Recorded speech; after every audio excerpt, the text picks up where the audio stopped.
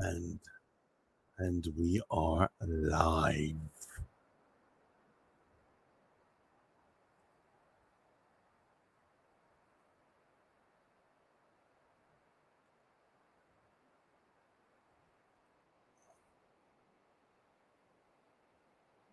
Of course, it's Rumble. It's always Rumble.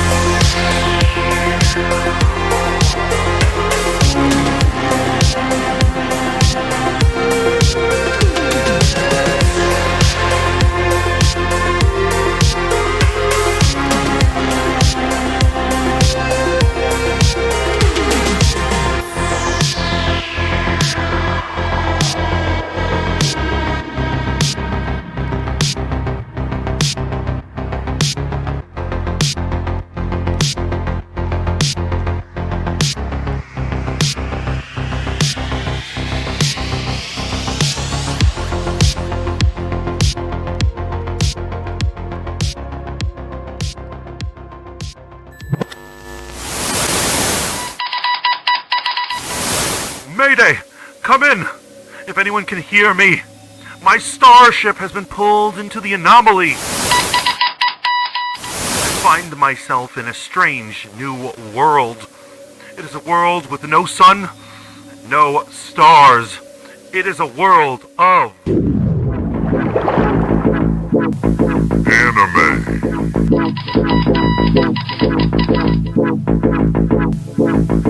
Comics.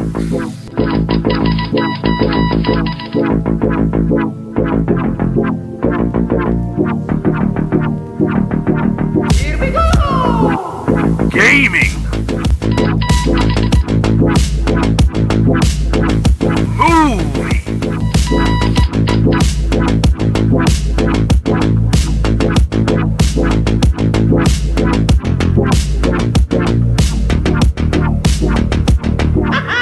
This world is the Rogue Planets! With your host, the Fat Mantis HD.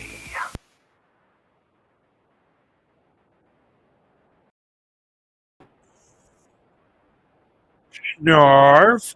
Yo, ever since I've done my return of Rogue Planet, I always have technical difficulties. Hello and welcome to Rogue Planet.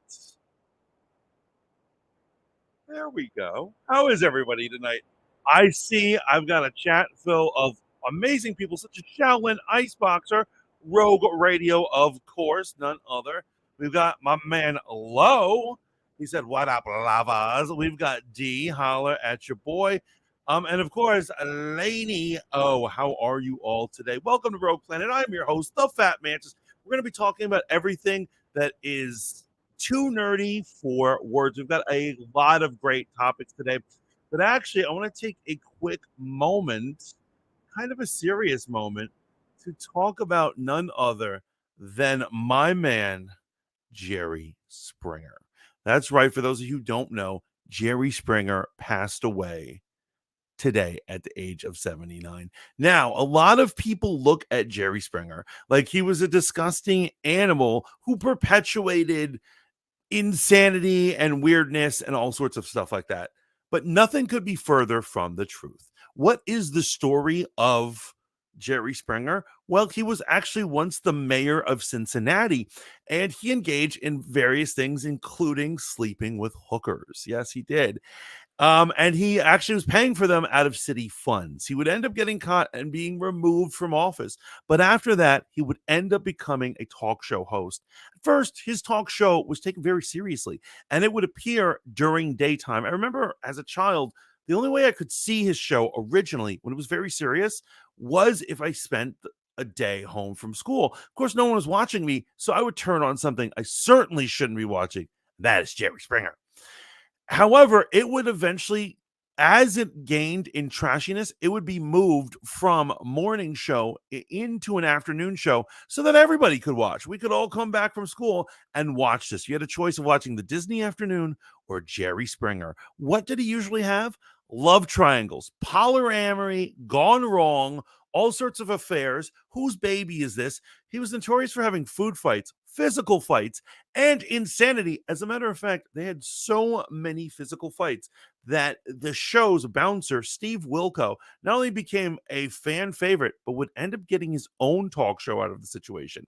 He was associated with the filth and trash of the 90s leading into the early 2000s.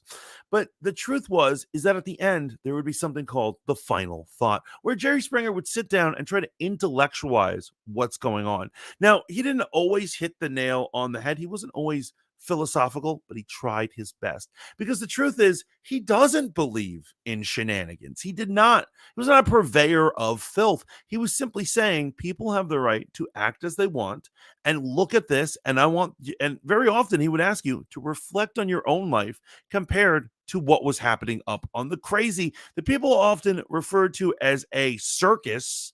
That was his stage. This man eventually would pass on, but however, he would be famous enough to do all sorts of cameos in movies, have his own movie that's essentially where he's playing himself called Ringleader or Ringmaster, and all sorts of things. You probably saw him in Sharknado 3, where he's the guy getting a picture taken with the giant shark that they think is dead, but is alive and eats him in half. It's pretty satisfying. But I gotta say, as a kid, he meant so much to me, and he still does. It's a shame that he has passed. So this is the Fat Mantis saying goodbye to one of our brothers, a friend of the show, and always a friend to the Mantis, one Jerry Springer. May you rest in peace, brother. All right, now that we did that, I don't know who here in the chat is a Jerry Springer fan. Please let me know. I think he's notorious. I think obviously I think it would be strange if people in the chat were not Jerry Springer fans, but I would love to hear you guys share a memory or an idea that you had about it. Because I gotta say, he's such a controversial guy. He has people have a lot of thoughts about him. I mean a lot.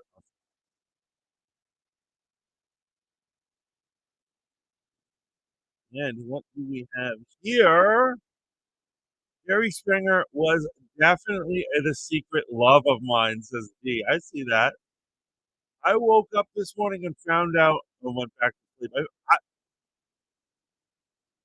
I don't know if Jerry will respect this or not.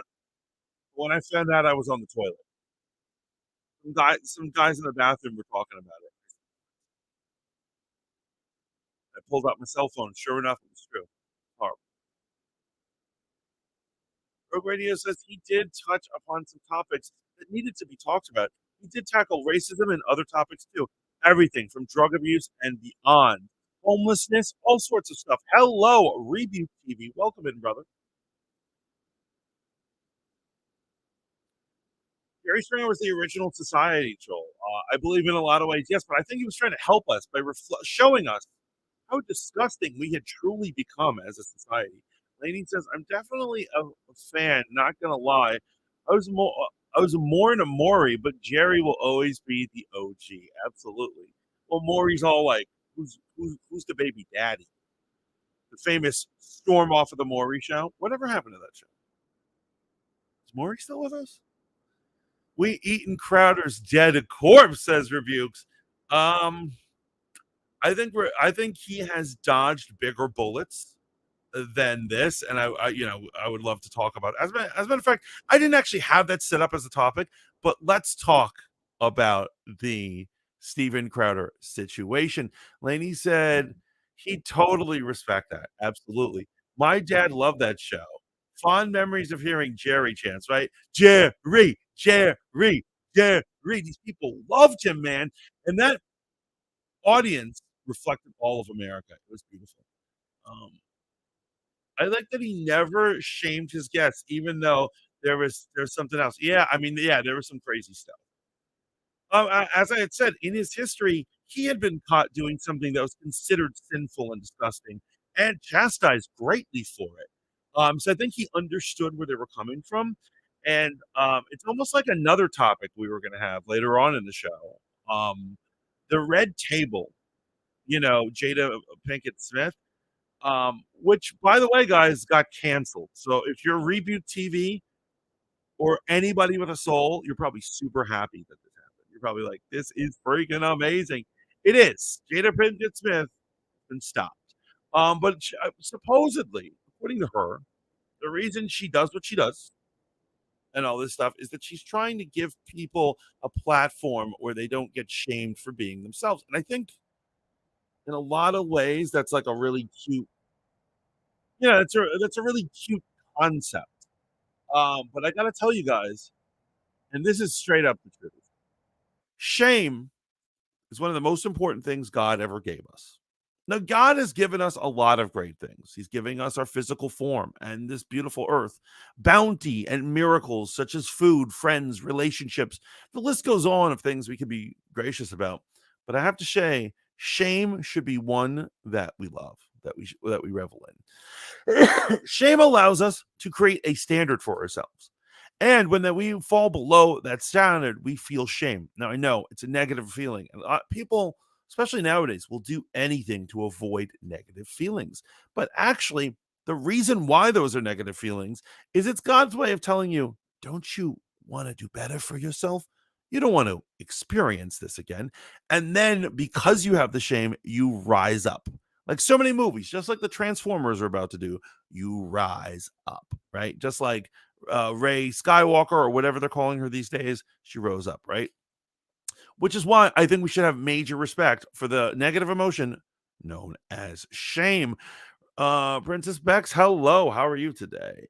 Um, he interviewed kids who believed that all white people would go to heaven. He even invited kids on the show to debate them. Yes, absolutely. He was Jerry was like the original gangster. But if you're, guys, if you have a drink right now, if you have an adult drink and you hate Jada Pinkett Smith as much as I do, raise a glass. Let's toast to her end. Some people think she's going to go take the show somewhere else. I honestly think the drama with Will Smith is going to prevent it from ever finding a new home. Like, that's just that. Um, Look at all this love people are sending me. Hello. Um, Jaina gone down. Yes, she has gone down. Canceled. Facebook ain't having it anymore, or at least they're not paying it. As you know, that Zuckerberg is he broke. He a broke ass fool. And so Zuckerberg can't afford anything. Like, I don't know if you've heard, Instagram is going to stop paying content creators, which I'm actually all for. I think there's a difference between being a content creator, say on TikTok or YouTube, and Instagram, where people are just putting up posters. They're like, here's a pretty picture of me next to my pool. I don't think anyone should have to pay for that. Are you wearing a Spoon hoodie? I am wearing a Spoon hoodie because on our topic list tonight is Spoon. I wish Mad Cat was in the chat so he could hear about what's going to happen.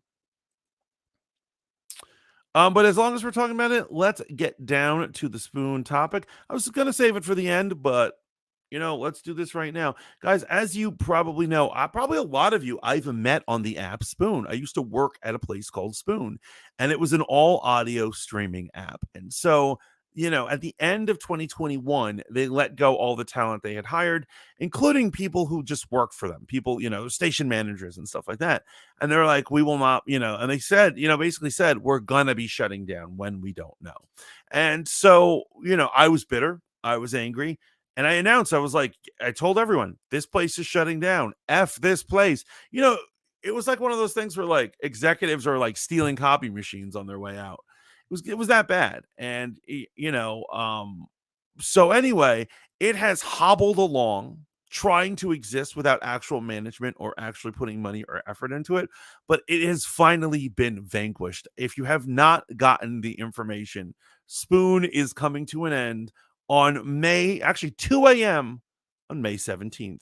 It is actually currently too late to download the app if you have deleted it since onto your thing, because according to them, the 26th was the last time to have it at the App Store. That's right. It's not on the App Store. And they're going to be, last day to cash out will be May 16th. If you are a Spoon user, I suggest you do that way before May 16th. However, guys, I want to invite you all to something very special.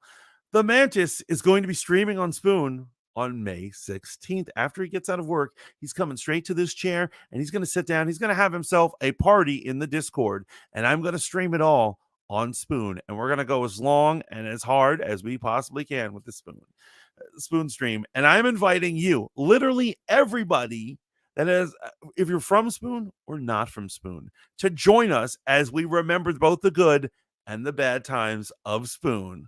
Of course, this is my way of dancing on its grave. And Mantis will not only be enjoying adult beverages, he's going to be making a lot of Spoon disses. So if you find it spiritual or special, or it's very important to your heart, you may not want to attend. However, I think it's going to be the party of the year. I would love to have you all there. Gray Wentham says Spoon, more like Spork. Rebuke's laughing. This fool said they're taking copy machines.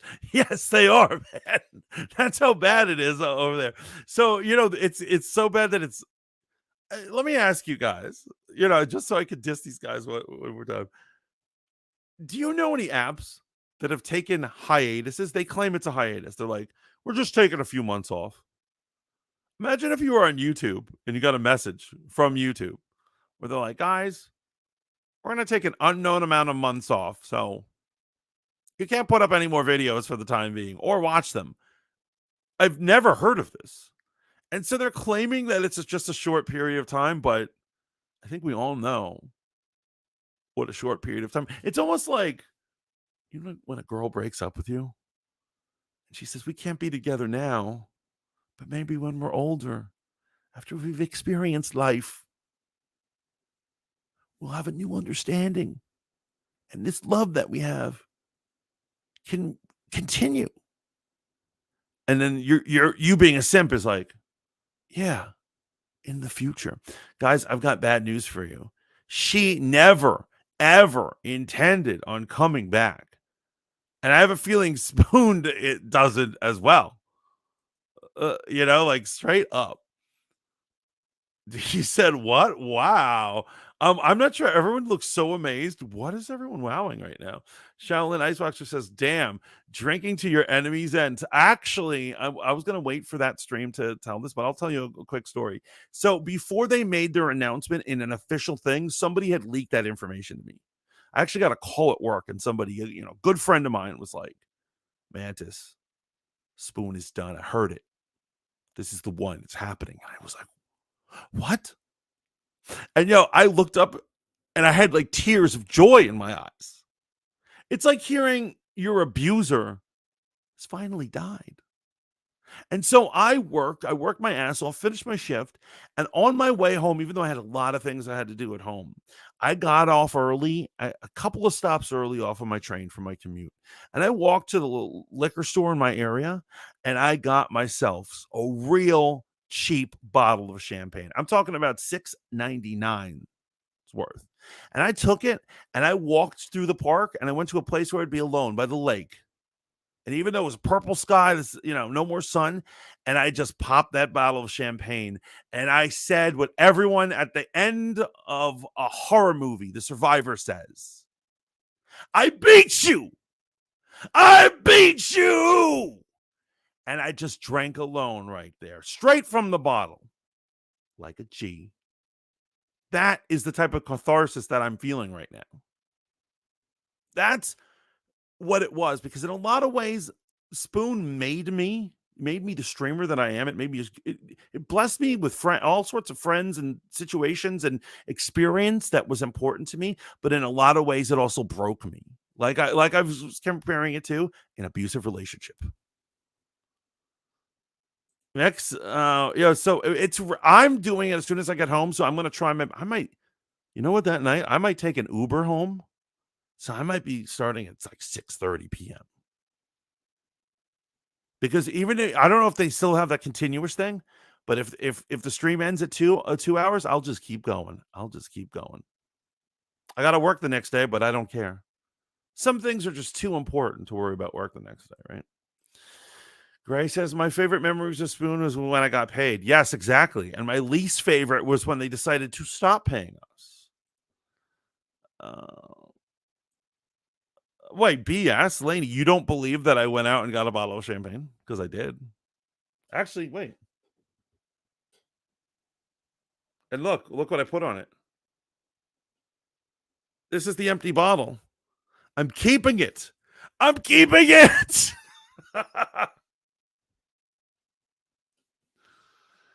If you love her, let her go. Exactly.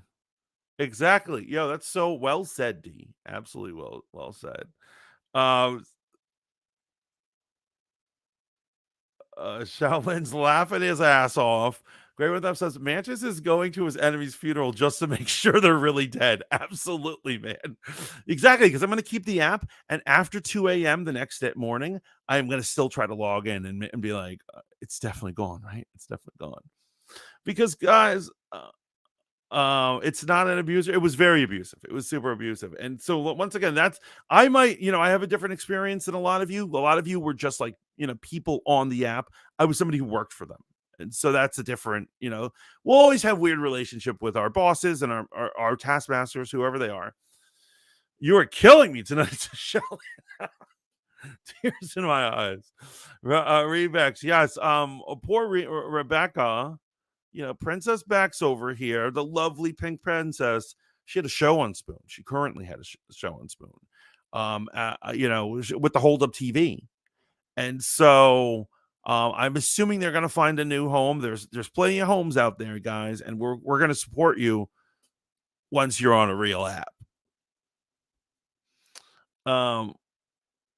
You're not wrong. It was abusive. It was super abusive. It was, I'm trying to play it off like just because I worked for it, I was the only one who went through that. Actually, I know a lot of people who have a similar feeling, even though they were just a streamer there. They become popular. They get engaged in like all the abusive stuff going around there. I remember there were people that I met on that app that I pray.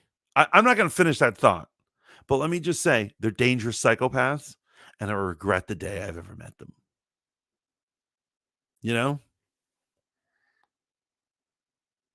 Lady says, I don't remember what I said to that. Rebuke and cigarette, says D.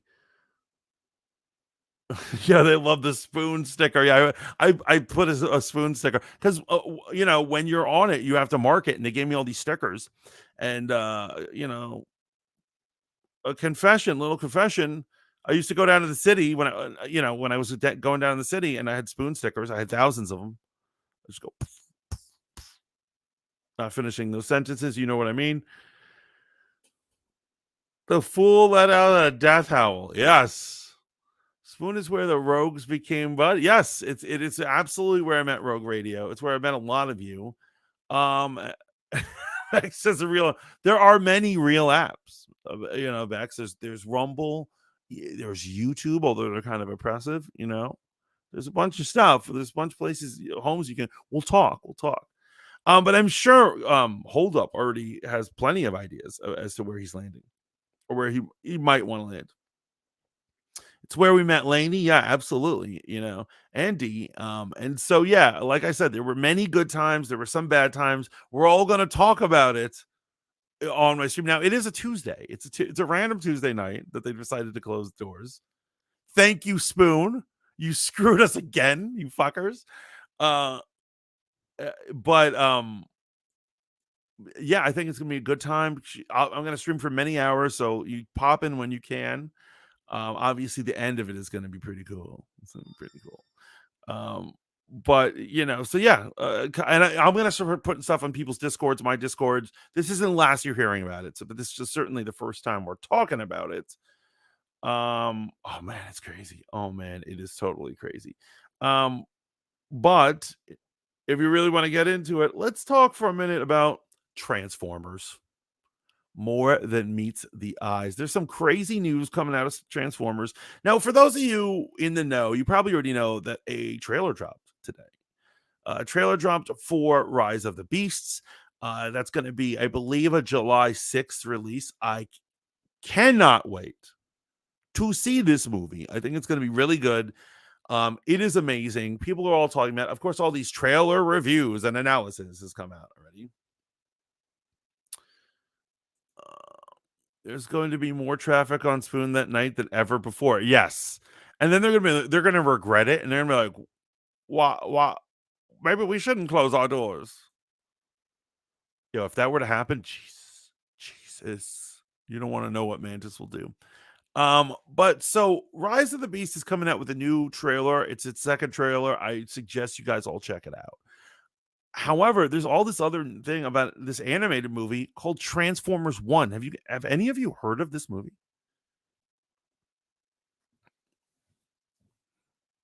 Chris Hemsworth is going to be playing a young Optimus Prime. Yo, I'm not kidding, man.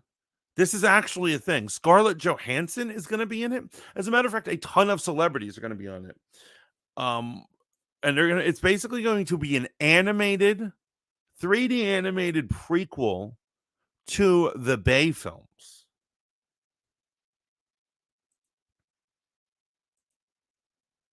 Yeah, I haven't heard anything about it. I kind of, I keep my head to the, I keep my ear to the ground. I'm trying to listen to the grind. And somehow this has escaped my attention. They just announced the casting today. which means that we're actually. And so another weird thing about this is an animated movie that will be in theaters. It's coming out a year after Rise of the Beasts. So this summer we're getting a live action Transformers movie, and next summer we're getting an animated one with real celebrities, like actual real celebrities are going to be in there. Yeah, right. Lowe says hard pass on the prequel. Lowe, I'm interested. Why would you say that? Why you're not interested in a prequel? Well, for starters, actually, I was actually watching a live stream today, and somebody who was very just totally ignorant of the franchise was like, "Has the origins of Megatron and Optimus ever been discussed? Have they? Have they?" And they're waiting around. And finally, they go, most of the people in my chat are saying no. Well, let me tell you, the origins of and relationship of Megatron and Optimus Prime have been captured or explained or retold in like 50 different comics, 10 different cartoons, video games. It's constantly being talked about.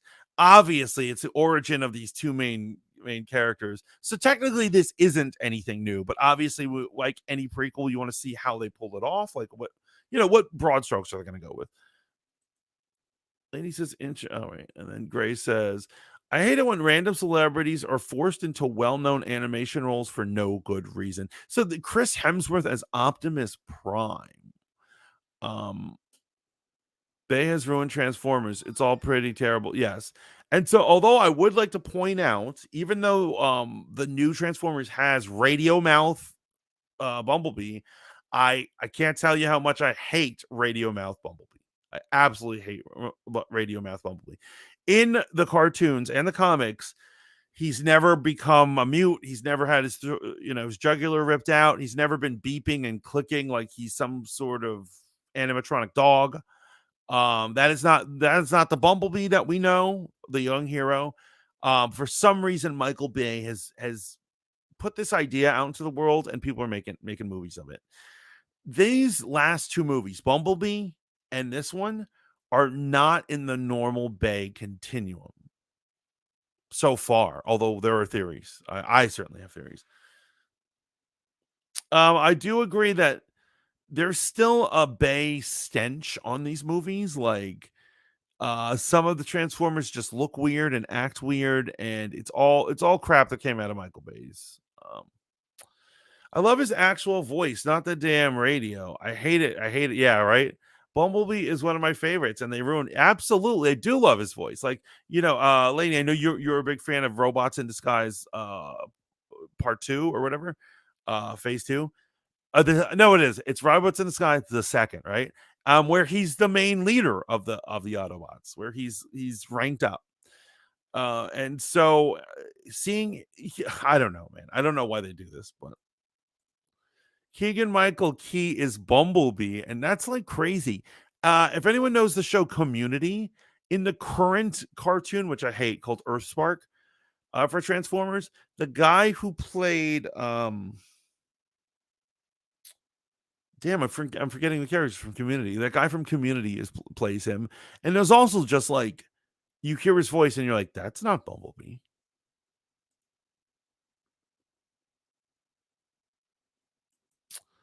But yeah, it is possible that if Rise of the Beast sucks, that we'll at least have the animated movie to go with. So in terms of the voice, I've heard theories about this, right?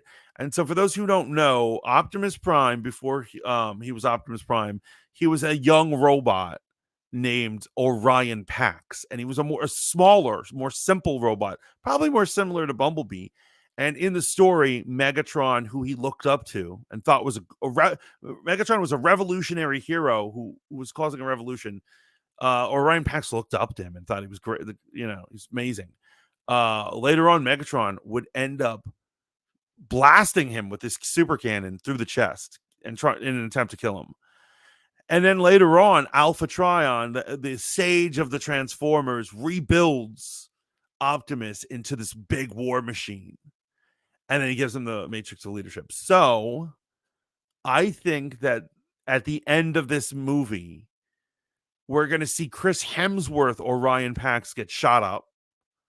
And then at the very end, when he does his comeback, he's going to have the normal Peter Cullen voice that we all love, right? This is my fan theory of about how that animated movie is going to go. And that's why they're justifying that he has more of a normal, how do I say, white American dashing hero young man voice like Chris Hemsworth has, rather than the deep, powerful, international leader voice of Optimus Prime. You guys have any thoughts on this animated movie or Rise of the Beasts, particularly the trailer that came out? If you do not, we can also move on to another one. This one's gonna start a fight.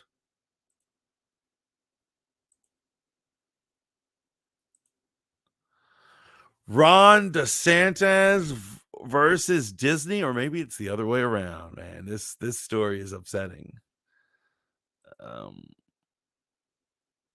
Lady says, I definitely need to see the trailer, but hopefully they will do it well. Absolutely. I can't believe it's only coming out a year apart. That's the thing that's kind of blowing my mind right now. So who has heard about this story? Disney is actually suing Ron DeSantis and everyone who's on the Reedy Creek like control panel. For those who don't know, because how do I sum this up real quick? Disney was commenting publicly on politics. They decided to stop all political donations in the state of Florida. The reason why they had certain perks in Florida is because of those political donations. So then Ron DeSantis, governor of Florida, says, you don't want to give us donations. Of course, he doesn't phrase it like that, but we know that's what he means. He's like, fine, we're going to take away your special interests in a place called Reedy Creek. That's where Disney World is. And so he's going to make it where they have to pay taxes. They can't control their borders. They have to go through all sorts of permissions and stuff to be able to build things. Basically, he's making them act like normal citizens or normal people and go through normal things that any other business would have to go through. And basically, they have no special treatment because they took away the political donations. Well, after all this back and forth right now, it would look like Ron DeSantis and the Reedy Creek people are denying the validity of a legal maneuver Disney recently came through. That's a long story in of its own. And so now Disney is actually suing the governor of Florida and all his peoples. Legal Eagle on YouTube has a great video on this. You know what? Then I think we should watch it. Pulling up the video right now. I can't wait to hear what you guys have to say about this. And you know what's funny? I don't know Legal Eagle.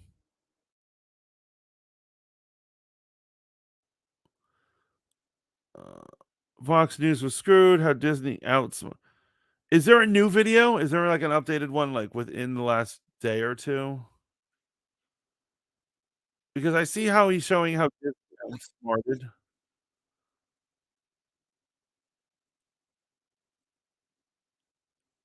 Okay, so he'll show you how he outsmarted Disney. And so, I mean, this is pretty cool.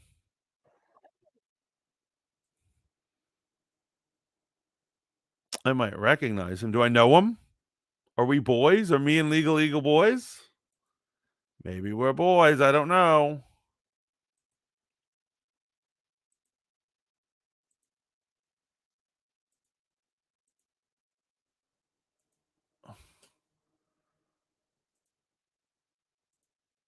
All right. You know what? Let's do it like that. Let's give him the shine this moment. Location at a small mom and pop business that just made a fool of Ron DeSantis. All they had in their corner was $200 billion in market cap and thousands of the world's best lawyers. But not only did they make a fool of Ron DeSantis, they did it in the most legally hilarious way possible. Yeah, so it's Florida Governor Ron DeSantis versus Disney in a fight to the death. And they're going head to head in a romp in the swamp, and only one will emerge victorious. And so far, well, it's Disney 1, DeSantis 0. And you'll have to stick around until the end to learn of the hilarious legal way that they actually won this one. Now, I know what you're asking. Why do we have to? Did Legal Eagle come to Disneyland just to film one sight should just gag? tell us right no, now. I came here for many sight gags. The trouble all started in March of 2022 when Florida's Republican-dominated legislature passed House Bill 1557, aka the Parental Rights and Education Act, aka the Don't Say Gay Bill.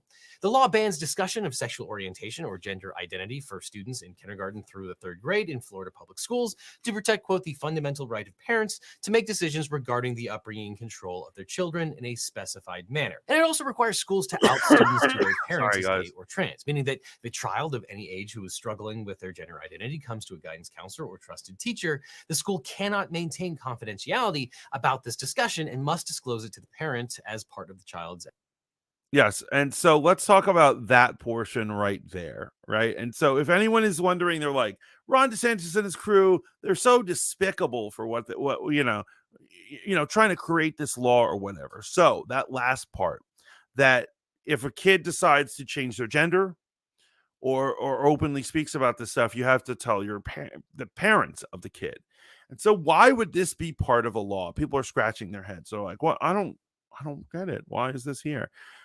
Because actually there was an entire movement across this country for teachers to literally hide that was going on. And they were encouraging kids not to tell their parents. As a matter of fact, there are certain states that were trying to make an opposite law that would allow kids to cover this up from their parents. And I find this extremely disconcerting. I don't know how you guys feel about it.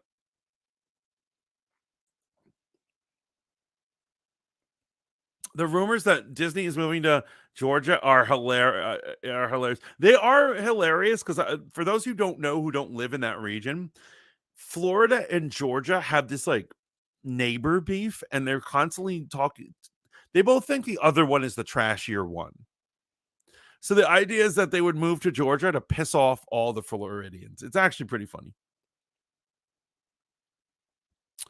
I don't know if he is, but it's 10 days ago. So let's.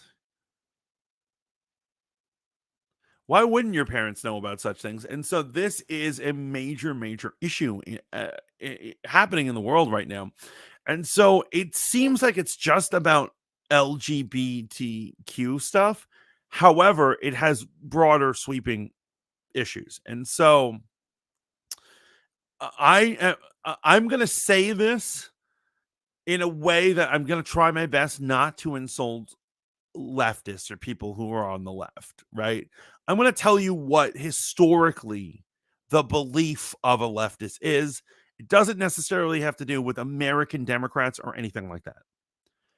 But, Karl Marx and some of his writings and other, groups such as like Communist China don't believe in parental rights. They say that it is the parents that mislead kids by giving them things like religion and crazy ideas and cults and subgroups and tribes that is bad for society. And if you want to have a true socialist society, you need to break them of that. And actually, the party politic, the community gets to say over the kids, not some parents. Parents don't own their kids was the philosophy behind this concept. Now, there are people on the left, there are Democrats, people here in the chat, or people who watch this video later.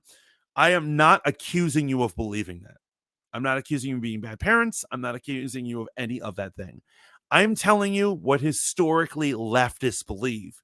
And that is why people on the right fear this idea. They absolutely fear this idea, right? And so what's happening is, in these events, going back to the LGBTQ stuff, in the idea that a school can teach your kid a philosophy that you not only don't agree with, but don't even know what's happening to your kid. You literally don't know your child is being indoctrinated into some group or philosophy. And it can be held legally against you that you don't even know what's happening. And that's fine with the law books. It reminds people of this concept that people on the left don't believe in child parental rights. And so it scares the hell out of them. Now, I don't know about you. I'm going to admit it because I'm not such a scaredy pants that I can't admit when I'm scared. That does scare the hell out of me. And I think it scared the people of Florida as well. And I think they wanted to end that. Lowe says, "Oh, it's Florida that are the trash human." Well, I was literally talking to a good friend of ours, another Spoon person, who's a Floridian, proud Floridian, and she claims that it's not Florida man, it's Georgia man. And I said, "What?" And she says, "All these news reports about Florida man, if you really research it, they're really from Georgia. Georgia's the real trashy place." She meant this with all seriousness. Are you for real right now? Lowe says she's wrong. Mantis, your own mother would have been fired from her job as a teacher when she was having her students confide in her. Yes, and so that's the thing, guys. I'll tell you, I have been an instructor of kids martial arts, young people's martial arts, and I have also for many years been a Sunday school teacher. So I'm not an actual elementary ed teacher. I don't see them like that. But I've had kids who are under my wing. I'm here to teach them how. I'm here to help rear them to become good, functioning young adults. And so I kind of feel I understand the dilemma between being like, I want to talk to the kid like they're an adult and try to guide them, but their parents won't appreciate that. However, I'm going to be honest. Mantis always falls on the don't cross that line. And so if a kid was to come to me and they were like, I having these weird feelings, I would be like, you need to talk to your parents. If you can't talk to your parents, ask your parents to get you to a therapist. That is the approach that I would never have the audacity to be like, let's say some kid is like, my dad wants me to go to BJJ, but I'm here at Kung Fu. I would never be like, well, we'll have secret lessons for you. No, the parent gets to decide. Now, obviously, I'm talking about some stupid martial art that they're taking, right? Obviously, that's a metaphor for something else. Yeah, that is crazy. And so, the thing that I resent so much is that over here, a lot of people are pitching this idea that they're like, they're like, why are they so out of hand? Why are they, basically the idea is that anyone who would be pro the Parental Rights in Education Act, that some people call the Don't Say Gay bill, must be fascist and they must be assholes and they must be out of it. And I have such resentment for it because that's insane. If you took a few minutes to just understand the layout of what it is and why a parent doesn't like the idea that their kid is joining a secret underground group of LGBTQ people and they don't have a power to interject or say anything. The very concept is utterly insane to me. However, I do believe that it is possible that here in America, certain lefties do think like that. They do agree with that concept. That they're like, if you see these arguments at PTA meetings where parents, whenever the parents win over, you see a bunch of butthurt teachers. They have countless videos of them on YouTube. You can absolutely see them, and they're like, they make the. I've seen teachers make comments like, "Well, I have a master's in educating kids. What do the parents have?" Well, guess what, buddy? A parent doesn't have to show you a document to be a parent. It's their God-given right. They created that kid. And so what? Just because someone's a bookworm, they're a liberal arts dummy, I'm supposed to hand the rearing of my child over to you? No, motherfucker. You're a volunteer who's here to aid. Like if you're a math teacher, you're here to help teach the kid math, nothing else. Don't indoctrinate them into a cult. And so I am resentful when people are like, well, your fury is misplaced. Your thoughts are misplaced. It is very valid and that a parent would worry about what's going on with their kid. That is a great answer, Mantis. Thank you. Thank you very much. What if the kid says that their parents are going to beat them up for being gay? So I'm going to be honest with them.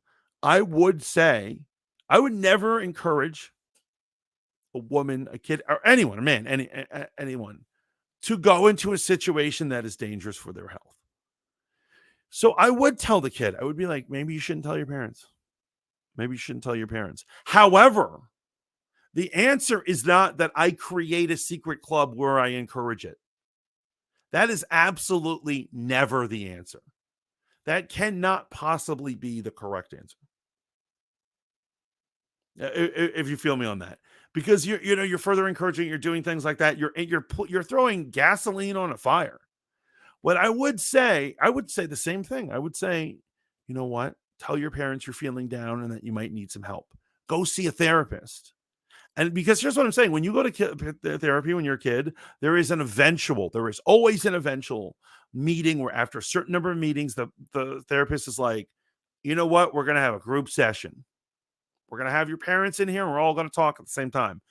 Why does Mantis know this? Not only do I know people who are therapists to children, I was in therapy for some traumatic stuff that happened to me as a kid. When I was a kid playing with toys.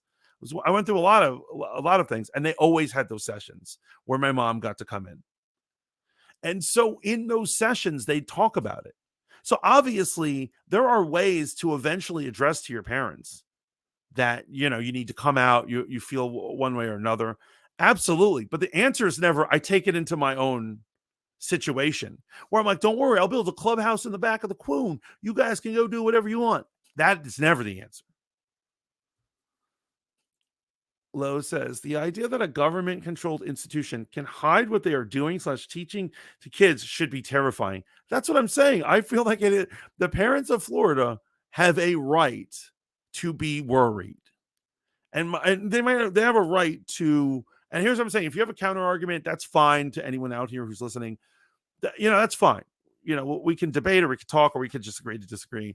However, but the idea that they're saying, the argument that goes on, which I notice is a common left against right argument, is that's insane. You're a racist. You're transphobic. You're homophobic. Whatever it is, there's some sort of shaming of you, of who you are and what you believe, and that somehow it's invalid.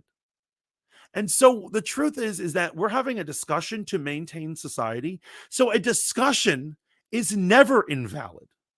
I don't think it is ever it is never invalid to sit down and talk about it. So the idea that like these parents are totally insane for wanting to protect their kids is not insane at all. I would actually say that the person who's saying that, trying to belittle someone by writing off their opinion as being a racist, a bigot, or a Russian bot, I love that argument all the time on the internet, they're a grifter. They're a grifter or a bad actor who doesn't have your best interest at heart. They're not really trying to have a debate. They have some other agenda. There's a difference when a kid is in danger at home versus a school pushing ideas on them. Yes, absolutely. And so, anytime a kid is like, I feel this way, but my parents will hurt me, I'd be like, well, don't come out. Don't come out of any closet. Or, some kids like, I want to become a mechanic, but my dad wants me to be a doctor. My dad might hit me. I'd be like, don't tell him you like mechanics. Don't tell him you're learning how to build cars or something like, I would absolutely encourage to keep that at least a secret or whatever until there's an appropriate time where a discussion might happen. We might be able to mellow out the parents or something like that. But I'm not having secret mechanic school at my school. And so let's see what else is going on with this educational record. Somebody doesn't want to step out of the closet, we open the door for them. And the bill creates a private right of action for parents to sue schools for violating this statute and recover monetary damages, including legal fees. Now, the law had quite a few vague terms, and when this was being debated in the legislature, State Senator Lori Berman wondered if the obligation to disclose any, quote, change in these students' services or monitoring related to these students' mental, emotional, or physical health or well-being would require schools to inform parents if a student requested a vegetarian meal for lunch. And the bill sponsored sponsor, State Senator Dennis Baxley, agreed that it would. But if the bill's intent was to banish any mention of LGBTQ people from Florida schools as educators struggle to comply with a vaguely worded law under threat of cripplingly expensive litigation, it's been a rousing success. Teachers in Pasco and Duval County schools were ordered to remove safe space stickers from their classrooms for fear of running afoul of the Don't Say Gay bill. Even rainbows are being removed lest teachers be accused of indoctrinating kids. The Sarasota County School District published a flowchart for staff when a student requests to change their name or pronouns, and unless and until parents give permission, the answer will be no. And Governor DeSantis' then spokesperson, Christina Pushaw, tweeted, "If you're against the anti-grooming bill, you are probably a groomer, or at least you don't denounce the grooming of 4 to 8-year-old children. Silence is complicity. This is how it works, Democrats, and I didn't make the rules." DeSantis himself echoed this language when he signed the bill into law on March 28, 2022 at a private charter school in Tampa. They support sexualizing kids in kindergarten. And that, of course, put him on a direct collision course with Florida's largest employer, Disney. Because Florida's Don't Say Gay bill sparked a furious backlash. Whoa. So I love this guy. I love Legal. He seems like a cool guy. His video is great. It's well worded. But did you notice something there that I think is just like totally absurd? He said, because of this, what DeSantis said, he said, and so naturally it put him on a collision course with Disney. Why on earth would that be natural? Why on earth would anything I say about, hurting children put me on a collision course with people who make cartoons and run a theme park? I'm going to rewind it a little because I'm not sure I understand what he's getting at. All right. Okay. Democrats, and I didn't make the rules. DeSantis himself echoed this language when he signed the bill into law on March 28, 2022 at a private charter school in Tampa. They support sexualizing kids in kindergarten. And that, of course, put him on a direct collision course with... That, of course, put him on... I don't know. I don't see why that's of course, but... Because so many people think that Disney is corrupt and groomers themselves. Okay. Lainey says conspiracy. Okay. Florida's largest employer, Disney. Because Florida's Don't Say Gay bill sparked a furious backlash. And the Walt Disney Corporation, which has long positioned itself as an LGBTQ-friendly business, brings in major tourism dollars for Florida's economy. One 2019 study found that the company was responsible for $75.2 billion in annual economic impact for Central Florida, supporting 463,000 jobs and $4.8 billion in state tax revenue. It also contributes millions of dollars in campaign contributions every election cycle. And yes, before you write it down in the comments, I am fully aware that all this is taking place in Florida at Disney World, not in California at Disneyland. But I didn't want to go to Florida. Have you seen who they've elected there? And as it became clear that the legislature was actually going to pass the bill, Disney... So that this also is an interesting topic that I hear all the time. Heard it today at work, in fact, me and some coworkers just shooting shit. And somebody points out that they're like, Ron DeSantis was an idiot. They just bring that up randomly. I'm like, why? Like, how many people Disney employs? And so this is the problem with that thought process. This is the absolute problem with that thought process. So because someone is rich and gives to the community, because they have a lot, because they do a favor for you, maybe they lend you their car, they're important in your life, in your mainstream. Maybe he's the only breadwinner in your family. They are therefore allowed to hurt your children. Is that the thought process? That because they put so much economics, like growth and stimulation to Florida, that people are to shut up and allow this bully to do as they do, when the actual thing at stake is children's safety. This is a total blow. Here's what it is.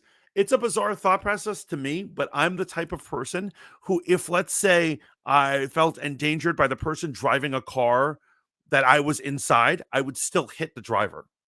And we both might crash. But at least, justice is served, right? My point is right now is that should we just sit back and let Disney or any powerful company do as they please because they give us jobs? Because that's the same mentality as a woman, a battered woman, living in abuse with her children and terrorized by a man. And it was like, well, he's the bread earner. He brings in the money. So therefore, I should shut up and let it happen.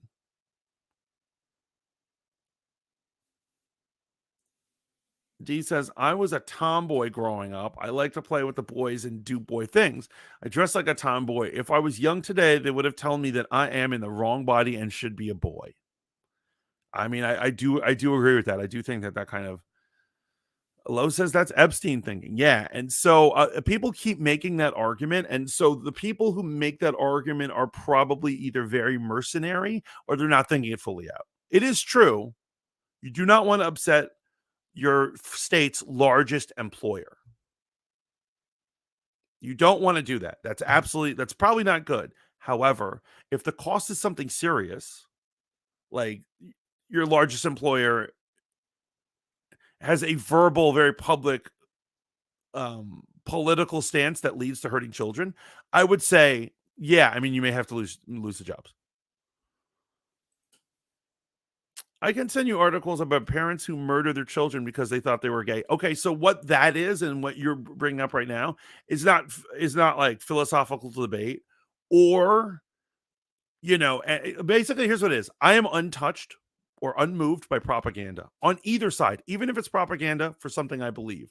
So when people go, here's a study, or here's a case study, or here's a story about a kid who hurt themselves, I am completely untouched by that. Because that's just an anecdote. At the end of the day, that's an anecdote. You can pull up an anecdote about anything. Let's take any cause. Let's say jaywalking.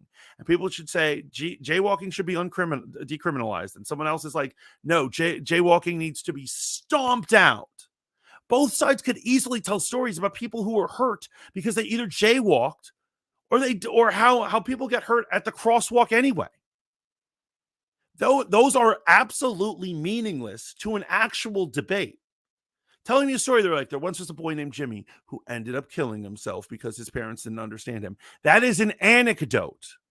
You know what might be more helpful? Actual statistics and numbers. You know what I'm saying? And so, yes, it is true. Parents have done extreme, crazy things to children when they come out. But that is not a justification for every evil and crazy behavior to cover that up. Because you could bring out propaganda about anything. You could be like, violent movies make people violent and crazy. Here's an anecdote about it.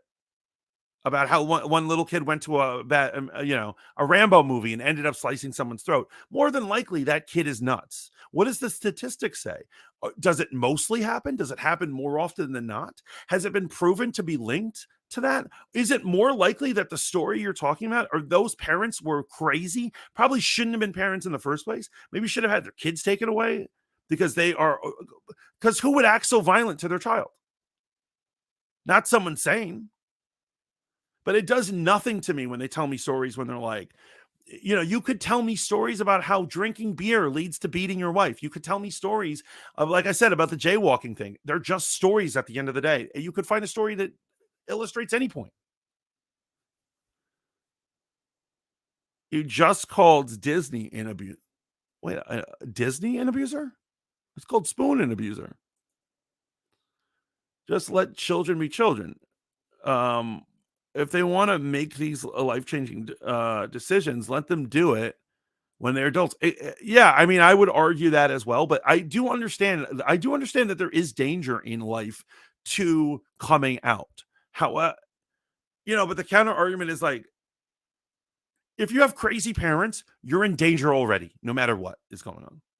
But I would say that in terms of like the number of parents who actually physically harm their kid is so low that is an abnormality, and that they therefore have psychiatric problems, and therefore that isn't standard, unless there are statistics that if someone really pulled out a statistic where they're like 70% of parents physically harm their children when they come out of the closet, then I would be like, okay, let's sit down, let's talk about this. Then I would actually be moved. Actual children are at risk for death from their parents and might need help from. So I would like to hear statistics. If this is anecdotal statistics, numbers, if the numbers are that low, then those are an anomaly. And so there's a million anomalies. Because at that argument, with that same argument, let's put it like this.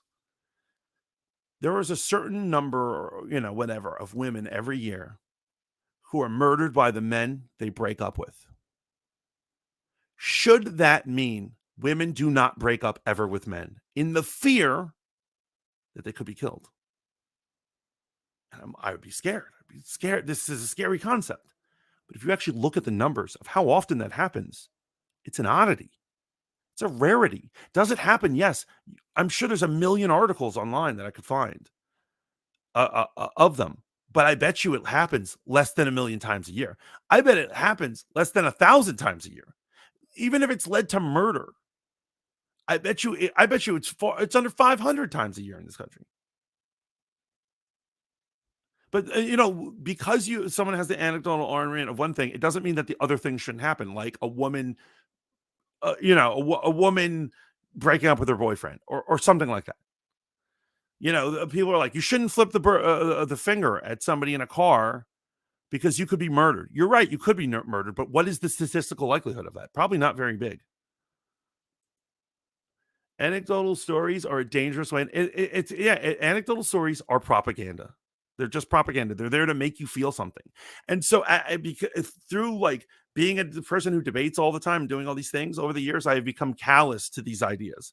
When a politician pulls out a story, when they're like, poor little Jimmy did X, Y, and Z, and this horrible thing happened to him. I'm sorry, Jimmy. You're just a story to me.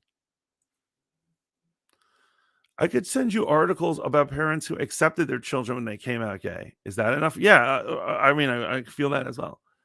I would absolutely want to know if my son is struggling with any issue, but sometimes they don't want to talk. I feel that. And like I've said earlier, I actually started this when I was talking about the example of me. When I was educating kids, when I'm doing that, if any of them wanted to have such a sensitive thing, I would probably tell them not to immediately come out to their parents. I would tell them, I was like, go see a therapist. And then their therapist will come up with a plan about how to communicate this with their parents. But yeah, maybe they shouldn't go home and blurt it out. I would not encourage that.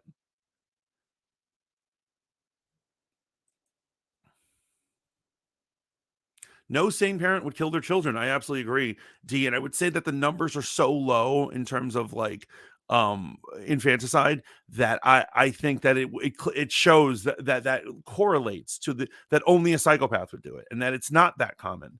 If we were to take statistics about all the kids who ever came out, I bet you it's pretty low whoever physically harmed their kid.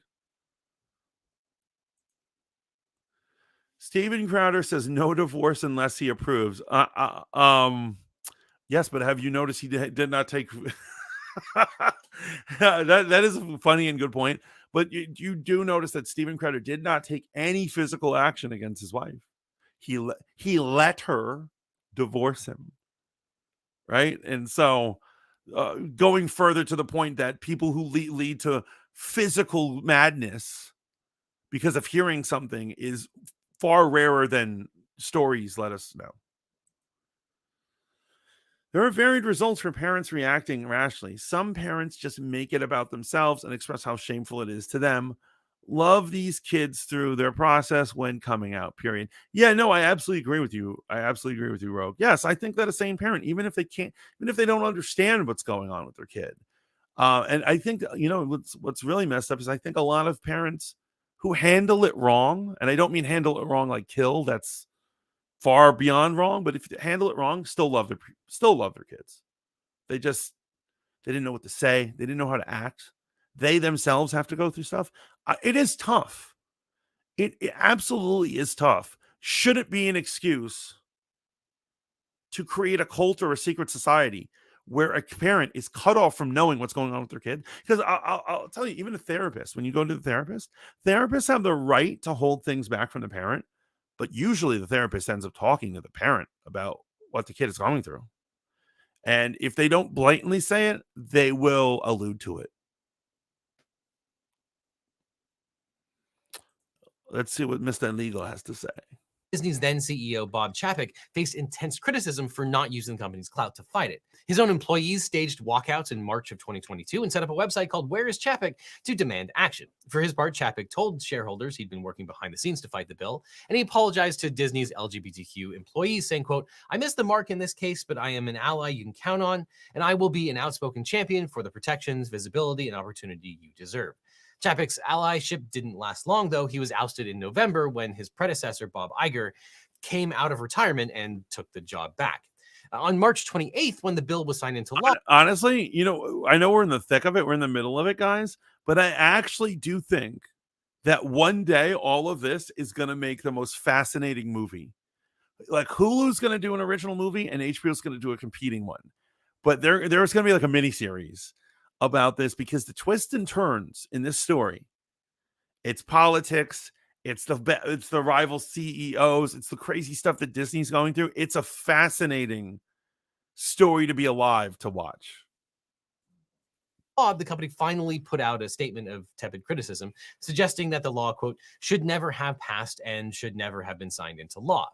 Quote, "Our goal as a company is for this law to be repealed by the legislature or struck down in the courts, and we remain committed to supporting the national and state organizations working to achieve that.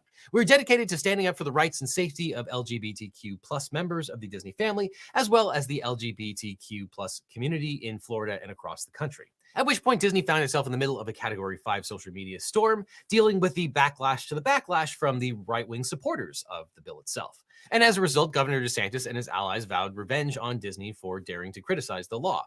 At a press conference on March 29th, DeSantis branded Disney a bunch of, quote, California corporate executives. He said, quote, "I think they crossed the line. We're going to make sure we're fighting back when people are threatening our parents and threatening our kids." And here we are at It's a Small World, which is actually the birthplace of Ron DeSantis. Now, in a fundraising email, he threatened reprisal, tying it explicitly to the company's criticism. Quote, "If Disney wants to pick a fight, they chose the wrong guy. I will not allow a woke corporation based in California to run our state. Disney has gotten away with special deals from the state of Florida for way too long."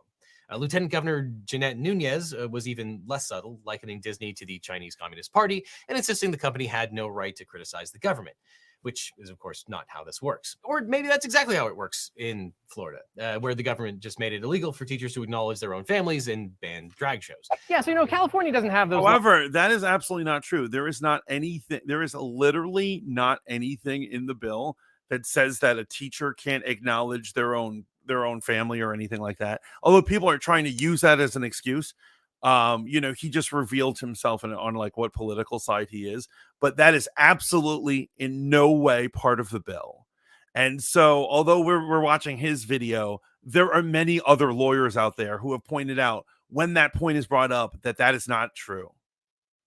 That a gay man who is teaching kids can certainly say, "I'm married to, this is my husband," and it not be a violation of what they're talking about. Laws. California also doesn't have horrible humidity, so maybe if you're thinking about going to Florida, maybe go California and Disneyland instead. But the Florida legislature raced back to The bill is Tallahassee safe. to I figure agree. out some way to stick it to the state's main economic engine. I agree. I do agree that, I hate to say it, I actually think the best laws are vague, and this is particularly vague, because remember, humans are not black and white, and so you have to have wiggle room in various things. Now, I would say that there are bad actors who will take advantage of the vagary. But like for instance, when we talk about the Second Amendment, I'm not sure how our founders would act if they saw what personal firearms were in the modern age. I'm not sure how they feel about it. But they purposely made the Constitution vague. Like it had like set rules that had vagaries in them so that it could adjust to changing societies, was the thought process. And what they settled on was repealing a special tax zone for the benefit of Disney called the Reedy Creek Improvement District. Now, nationally, they also tried to draw a line between the government action and the company's protected First Amendment speech. For instance, State Senator Spencer Roach tweeted on March 30th, quote, "Yesterday was the second meeting in a week with fellow legislators to discuss a repeal of the 1967 Reedy Creek Improvement Act, which allows Disney to act as its own government. If Disney wants to embrace woke ideology, it seems fitting that they should be regulated by Orange County." So what is the Reedy Creek Improvement Act? Well, that requires us to go back to 1965 when Florida Governor Hayden Burns welcomed a new neighbor to the Sunshine State. And so this is just a real quick check-in with my chat and everybody in here. I hope that this isn't getting too legal and this isn't too boring for you, learning the history of how we've come to this place where Disney is suing the governor. That is some unprecedented wow.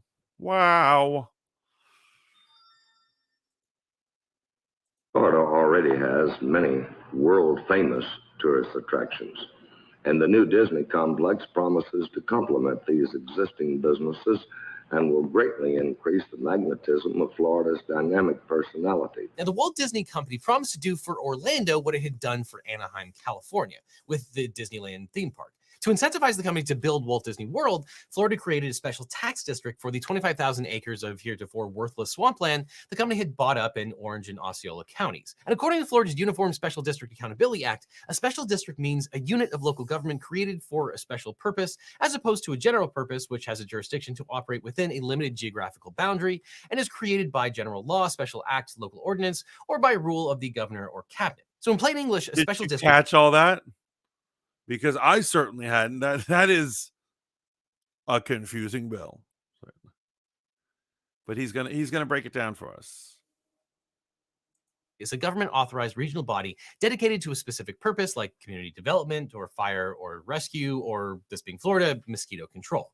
And truth be told, special districts aren't really all that special. The state's website lists 1,932 of them at last count, ranging from the Amax Brewer Memorial Law Library to the Zephyrilus Community Redevelopment Agency.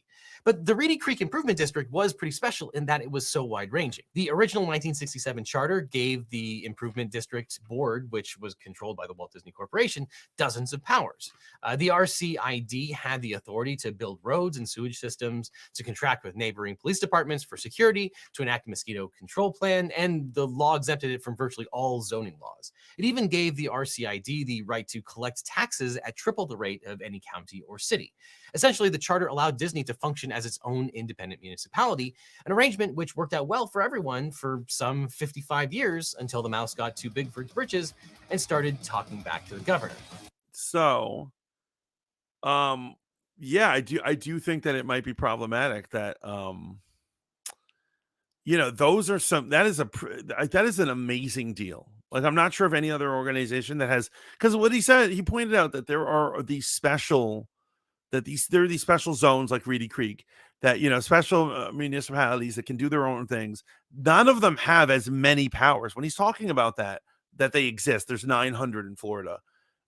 They're like made special, but they don't have everything that Reedy Creek has. Reedy Creek is just a plethora, a cancer, if you will, of a gestalt of privileges that other places and other people don't have. Disney really did put Orlando on the map. It would still be some orange groves and swampland without Walt Disney World. It absolutely would be, and that's why I love that show Mad Men, because Mad Men shows you both New York and other places before the modern world existed for us. And there is one when they go to meet the guys from Tropicana, and they're joking about how Florida is like nothing, right? That it's nothing but orange groves. But so, yeah, I mean, it's getting pretty crazy. I'm not sure if we're going to, I'm not going to go through this entire. So in 2022, after Disney criticized the Don't Say Gay law, Governor DeSantis and his allies decided to kneecap Mickey by revoking the charter of the Reedy Creek Improvement District. His buddies in the state Senate raced back to Tallahassee to enact SB 4, a bill which purported to dissolve the Reedy Creek Improvement District itself. Well, to be more accurate, it dissolved, quote, any independent special district established by a special act prior to the date of ratification of the Florida Constitution on November 5th, 1968, and which was not reestablished, re-ratified, or otherwise reconstituted by special act or general law after November 5th, 1968. But You probably saw this coming. The only district affected by this law would be Reedy Creek. And Orlando land use lawyer Jacob Schumer immediately spotted a huge problem with his plan to stick it to Disney, because a lot of special districts were empowered to issue bonds. But the RCID charter had a special provision wherein the state of Florida pledged not to impair the rights of bondholders until, quote, all such bonds together with interest thereon and all costs and expenses in connection with any action or proceeding by or on behalf of such holders are fully met and discharged. Why on earth would they put that technicality in there? Like, why the hell would they put? Hello? Like, why would they? That is really stupid, man. That is incredibly stupid. That is like, they didn't realize that is an easy way to get around. And oh my God, that's the crazy thing. It almost is like they gave the special permissions to Disney, but they did not give themselves an easy way out. And like, if you're a smart government or smart anything, you don't grant an ability that you can't take away, particularly when the person who has gained power gets too big for their britches. As that phrase he used. Obviously, they didn't foresee the idea that Disney could become a tyrant. That's crazy. It's not very efficient, but we're going to hear later on in the story how inefficient the government of Florida not only was, but still is. And so dissolving the Reedy Creek district would cause the bond debt to land squarely in the lap of the local government. And while Disney can easily pay the $58 million annual debt service on the $1 billion worth of bonds, Osceola and Orange counties cannot. But DeSantis vowed to fight on, saying, quote, in the near future, we will propose additional legislation to authorize additional special districts in a manner that ensures transparency and an even playing field under the law. And his spokesperson vowed that no Florida taxpayer would see their rates go up as a result of the governor's mission to punish Disney for standing up for LGBTQ kids. Now, in the event that the legislature passed a substitute statute for SB 4, the bill also renamed the Reedy Creek District the Central Florida Tourism Oversight District and created a new board filled with DeSantis appointees. The panel includes several DeSantis donors with strong ties to the Republican Party. Richard. For instance, DeSantis also named Bridget Ziegler, a co-founder of Moms for Liberty, a group of self-described joyful warriors and the culture who fight mask mandates and transgender students going to the bathroom. Her husband is co-chair of the Florida GOP, who donated $1.75 million to DeSantis. She's joined on the board by Pastor Ron Perry, who once described homosexuality as evil and shared a conspiracy theory that tap water might be making people gay, basically sending a message that if Disney ever got any bright ideas about speaking up against the governor again, the board would ensure... He got that conspiracy theory from Alex Jones, am I right? That tap water was making people gay. Okay.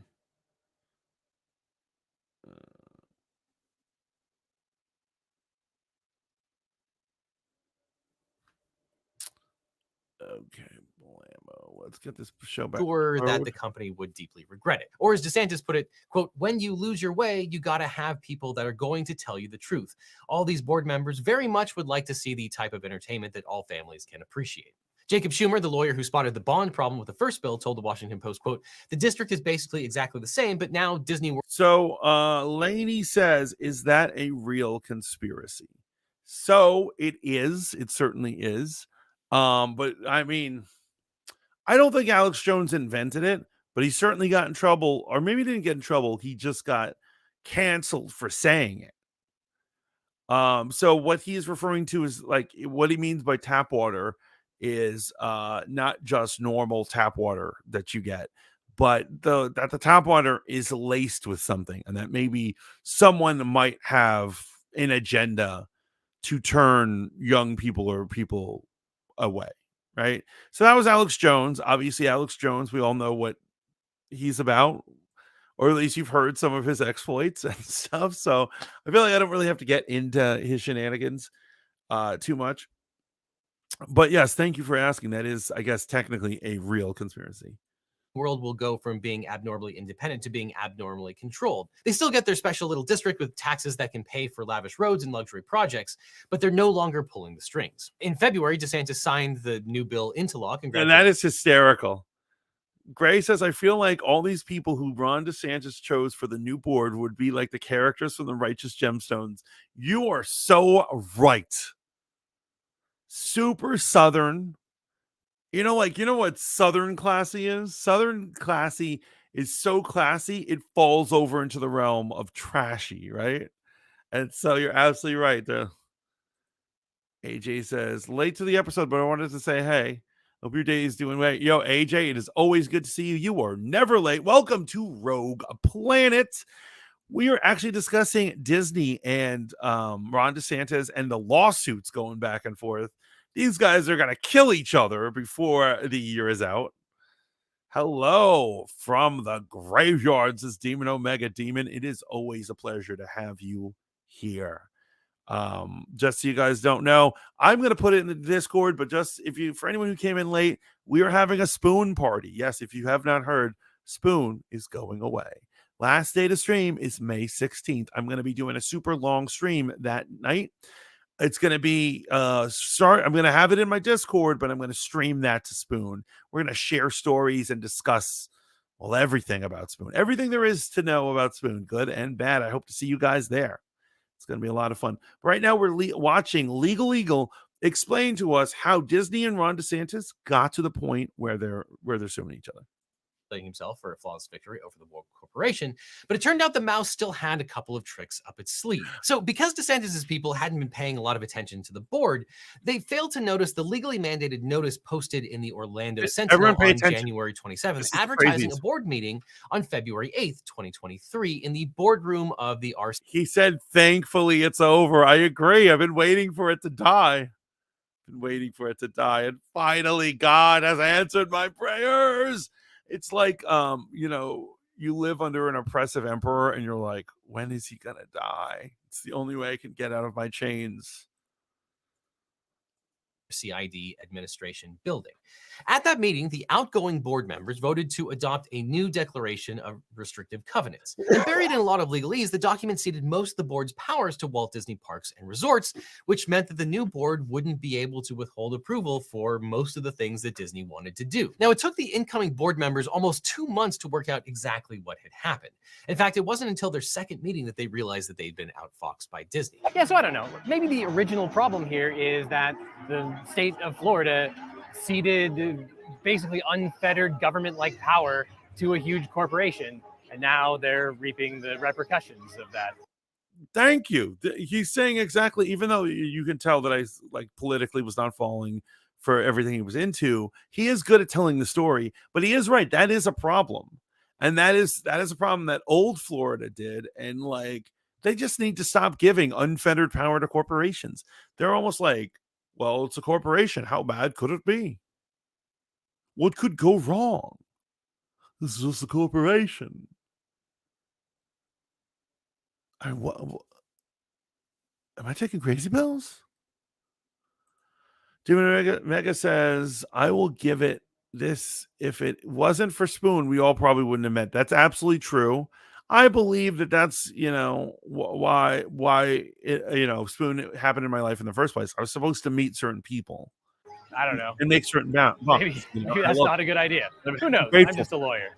Ron Perry, the anti-gay water pastor, complained, quote, I cannot tell you the level of my disappointment in Disney. I thought so much better of them. This essentially makes Disney the government. This board loses, for practical purposes, the majority of its ability to do anything beyond maintain the roads and maintain basic infrastructure. New board member Bridget Siegler tweeted, quote, the arrogance of @Disney continues, from ignoring parents and allowing radicals to sexualize our children to now ignoring Florida taxpayers by sneaking in a last-minute sweetheart development agreement.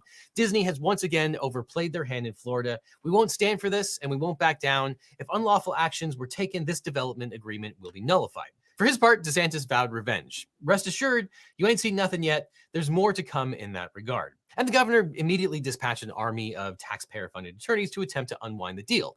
A statement attributed to 4 separate law firms reads, quote, the lack of consideration, the delegation of legislative authority to a private corporation, restriction of the board's ability to make legislative decisions, and giving away public rights without compensation for a private purpose, among other issues, warrant the new board's actions and direction to evaluate these overreaching documents and determine how best the new board can protect the public's interest in compliance with Florida law. Then the state's top lawyer, Florida Attorney General Ashley Moody, sent a public records request to the Reedy Creek board members demanding all communications, quote, discussing an intention or goal of circumventing, avoiding, frustrating, mitigating, or otherwise attempting to avoid the effects of anticipated actions by the Florida governor. Yeah, AJ says POV.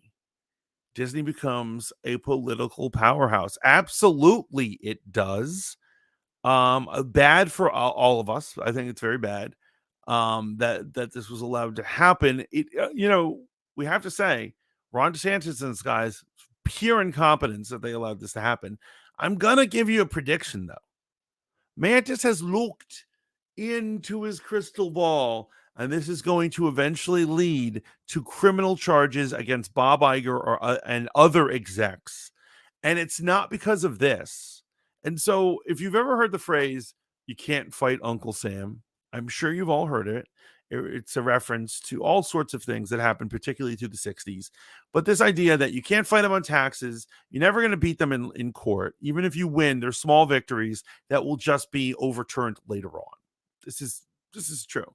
I believe that right now, this shows us this is a great example as to why corporations are bad. Corporations can do great things. At the end of the day, you do not give them unfettered power. This will hopefully teach people. This is a cautionary tale of what could go wrong. This is going to be a long, horrible situation. However, at the end of the day, the state will always win. And I think they're going to eventually DeSantis is crazy enough to do this. He will dig up dirt on Iger and the others, and he will have people in chains. He will fight dirty. He will do horrible things. There will be blood before this is done. And it's not going to be DeSantis' blood. This is my prediction. I think as it goes down the line, we're going to see some crazy stuff. There are several giant corporations that are political power. Yeah, there are. Absolutely. So Disney has been one for a while, but this just kind of proves it. You, me, and Elizabeth Warren agree, Mantis. Absolutely, man. You can't fight the government. We need to stop. We need to, that's why they need to stop giving these crazy powers to these corporations. Hopefully we can stop it, man. But I don't even think they talked about the clause. After they talk about what the clause is, and the Florida legislature. We're going to call it. In the meantime, DeSantis sent a letter to the state's chief inspector general, Melinda Miguel, demanding that she investigate the board for, quote, collusive and self-dealing arrangements aiming to nullify the recently passed legislation, undercut Florida's legislative process, and defy the will of Floridians. Apparently, he believes that it would be unethical or even criminal for the RCID board members to consult with Disney executives on the RCID contract, despite the company being a party to the RCID contract. But the counterpoint here is well taken. There are those that argue that Disney is trying to frustrate the democratic process. People elected their leaders in Florida. The leaders in Florida have enacted several laws that seek to revoke the special district that Disney was benefiting. And by trying to frustrate that special district and those laws, Disney is being anti-democratic. And it's hard to argue against that. It's just that it happens to be on a backdrop of potentially protected First Amendment rights and this whole culture war. New Disney CEO Bob Iger called out DeSantis. I would agree with him that it's like, people love their Disney and they love these things like that, but it's not, I question the motivations of a person who's clapping for Disney right now. That person is like, yeah, Disney, you giant corporation, stick it to the Floridians. Yeah, the democratic process is like this. They didn't vote Disney in. No matter how many jobs they bring in, they did not vote them in. They voted those representatives who voted in a bill. It passed legally. This isn't Donald Trump writing an executive order. This was a legally done process to create the parental rights and education bill. And to try to usurp it or whatever for all these other things is morally reprehensible. Disgusting. In Disney shareholder meeting saying, quote, the governor got very angry about the position Disney took, and it seems like he's decided to retaliate against us, including the naming of a new board to oversee the property and the business. In effect, it seems to punish a company for its exercise of constitutional right. And that just seems really wrong to me. Iger went on to accuse the governor of being anti-business, fighting words in today's GOP. And now we get to the extremely wonky but extremely juicy legal details of how Disney actually pulled this off. because Disney's lawyers say that everything they did was strictly in accordance with the This law. is fun. And if they're right, it will be thanks in part to an ancient legal principle which has bedeviled law students for generations. How many generations? Well, a lot. In fact, we have to go all the way back to the 17th century in England to the very real and very much less woke kingdom of Charles I, who reigned until 1649 when he literally lost his head. Literally. But in 1647, Henry Frederick Howard, the Earl of Arundel and Surrey, was Yo, Disney has to give its bribes back. They are doing something about the bill because they have stopped funding these people. Look, if they want the trouble to stop, they will give back their bribes, their political bribes. I say it all the time. I do believe that greasing the wheels is just something you have to do at the end of the day. Absolutely. And so who are they to stop that? And so you want your fiefdom? That's good. You got to pay for that. It's going to be way less than you pay in taxes because you won't pay taxes as long as you have it. But you owe DeSantis and all these other guys money. Pay up, Disney. And then we can get back to work. Well, that's the problem with all this political stuff. Everybody is so incredibly obsessed with the political outcomes and shenanigans and activisms and all these things. Can I get back to watching Disney movies that are just about like cartoon people with superpowers, finding a prince?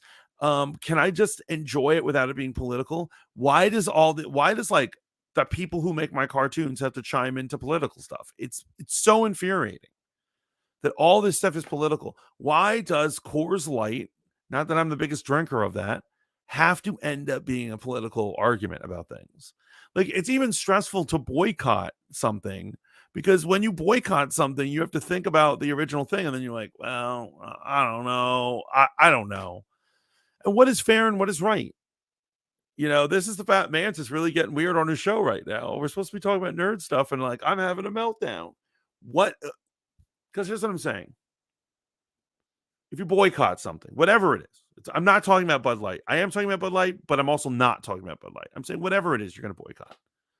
Does anything really deserve to be boycotted? You want to, okay, so you want to make a point. But you could make people lose their jobs and stuff. Like, I don't want people who work for Disney to lose their jobs. I just want to go back to having fun with Disney without stuff being political. I wish we could all just take forget me pills and like we can forget about the last couple of months of politics and then we can wake up. And Ron DeSantis is like nice to Bob Iger and stuff because he forgets. Sweep the leg, Johnny. Sweep the leg, says AJ. Gray says, I don't care if Disney wins. I just want DeSantis to lose. That's a good quote right there. Cancel culture is the new culture. It's sad but true. Yeah, everyone's canceling everybody and all this other stuff. And you know what the problem with the boycotting is you have to research companies and be like, do they believe what I believe? Also, people don't have to believe what I have to believe. I'll if you give me a good service, I will pay for your thing for whatever your politics are, But here we're gonna quickly learn about the Duke of Norfolk, and then I gotta call it. faced with a problem. By law, the eldest of his 4 sons was supposed to inherit his estate. Unfortunately, that son, Thomas, was legally insane and incapable of managing the Earl's vast landholdings. Furthermore, it was unlikely, although not impossible, that Thomas would produce a son of his own to inherit the estate. And so the Earl and his esteemed lawyer, Sir Orlando Bridgman, devised a complicated plan to divide the land and accompanying titles among the 4 sons upon the Earl's death. The will took into account multiple contingencies, with clauses shifting assets around at some undetermined future date if Thomas should die without an heir. And furthermore, the Earl liked this crazy contraption so much that his will imposed this plan to rotate assets among multiple future generations. But by 1682, the Earl had died, although not at the guillotine, and his second and third sons, Henry and Charles, were locked in an epic legal dispute which came to be known as the Duke of Gloucester's case. Henry argued that the complex scheme of shifting ownership dictated by his father's will was illegal because it tied up property for too long. And the court agreed, thus creating what became known as the rule against perpetuities, a legal concept so famously complicated that it has been included on every bar exam for decades as a kind of hazing ritual for the legal profession. In essence, the court held that it was bad public policy to allow landowners to lock up property forever, i.e. in perpetuity.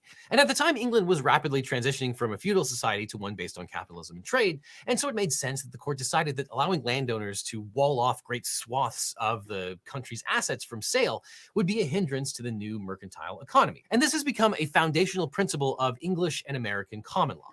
We don't like rules that say things can't be sold, and we really don't like imposing restrictions on land sale or use by future owners. So over the Right. And so it's like my complaints about regulation, which actually, well, I'm not going to tell you who agrees with me politically because you guys hate him. But regulation, when we do regulation in courts of laws, when we make laws about regulations, there should be an end date. We should be like, this such and such regulation, blah, blah, blah, until so and so year. And then we can reevaluate if we need that. Because what ends up happening is we have laws on the books from ancient times that were like that, maybe not ancient times because America never was in the ancient times, but we have laws on the books that are so old they're just totally outdated.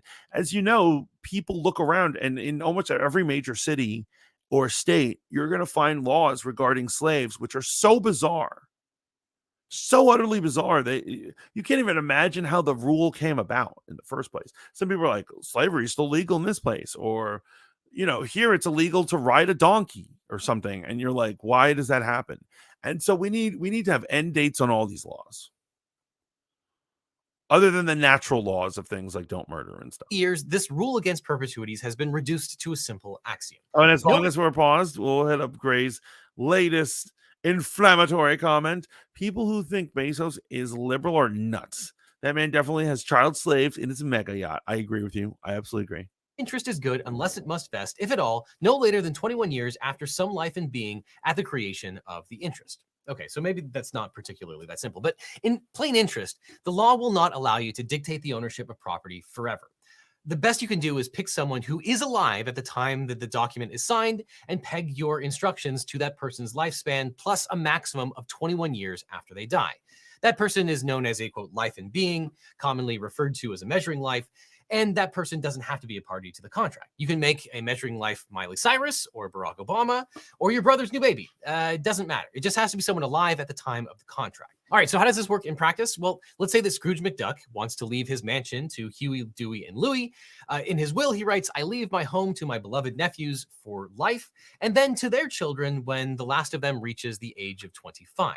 Now, in theory, Huey, Dewey, and Louie could father children, or ducklings, on the last day of their lives. So this will violates the rule against perpetuities because it exceeds the measuring lives, that's Huey, Dewey, and Louie, by more than 21 years. But change 25 to 21 and say my nephew's lives plus 21 years, and it's probably all good. So what does this have to do with Ron DeSantis trying to burn down Mickey's clubhouse? Clever and gross. Well, Florida, like most states, has modified its rule against perpetuities. It's no longer 21 years. In fact, in 2022, the state changed the rule from 360 years to 1,000 years, which is pretty optimistic considering how much of the state's population lives in coastal areas, which could be affected by sea level rise. But Disney and the RCID board knew that DeSantis and his allies in Tallahassee would be on the hunt for any possible way to void the declaration that strips his appointees of power over the company. Remember, the RCID board and Disney just watched the legislature pass multiple laws aimed directly at them, and they know that he's not above enacting a 17-minute rule against perpetuities that only applies to special districts established in 1967. So to protect the company from that eventual... Oh man, this guy can talk. Well, they inserted this clause, quote, if the perpetual term of this declaration is deemed to violate the rule against perpetuities or any similar law or rule, this declaration shall continue in effect until 21 years after the death of the last survivor of the descendants of King Charles III, King of England, living as of the date of this declaration. And you should know, in May, King Charles will be officially inaugurated as King of England. He has 2 sons, 5 grandchildren who are living as of the date of this declaration. So for the purposes of this contract, they are the measuring lives.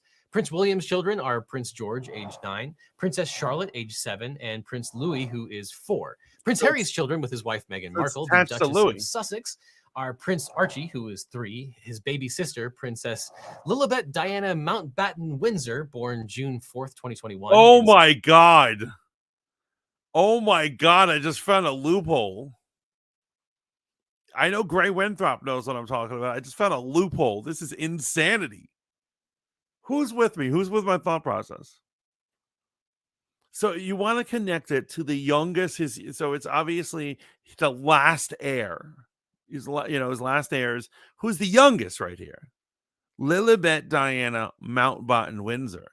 However, there is a conspiracy theory, which I strongly believe in, because look at the motherfucker, that Prince Harry is not actually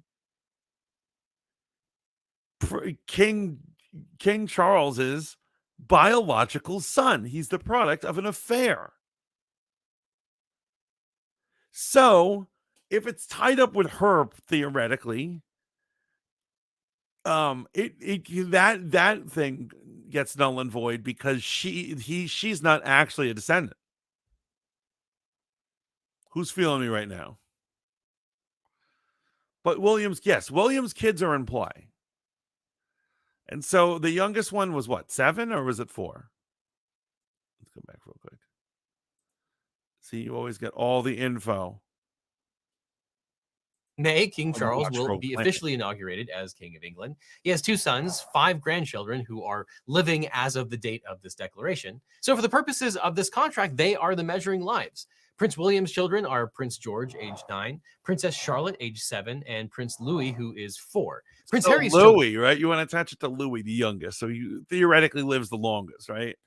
So it's his lifespan. It's Louis's lifespan plus 21. But Harry's kids are definitely. I look with his at wife Meghan Markle, the Duchess Not of Charles. Sussex, are Prince Archie, who is 3, his baby sister, Princess Lilibet Diana Mountbatten Windsor, born June 4th, 2021 in Santa Barbara, California. As the youngest of King Charles's descendants living at the time of this contract, she is statistically the likeliest to be the ultimate measuring life of this contract. Behind me is the Matterhorn, and the fun bit of trivia is that in order to extend the contractual period even further, Disney has actually purchased the rights to King Charles III.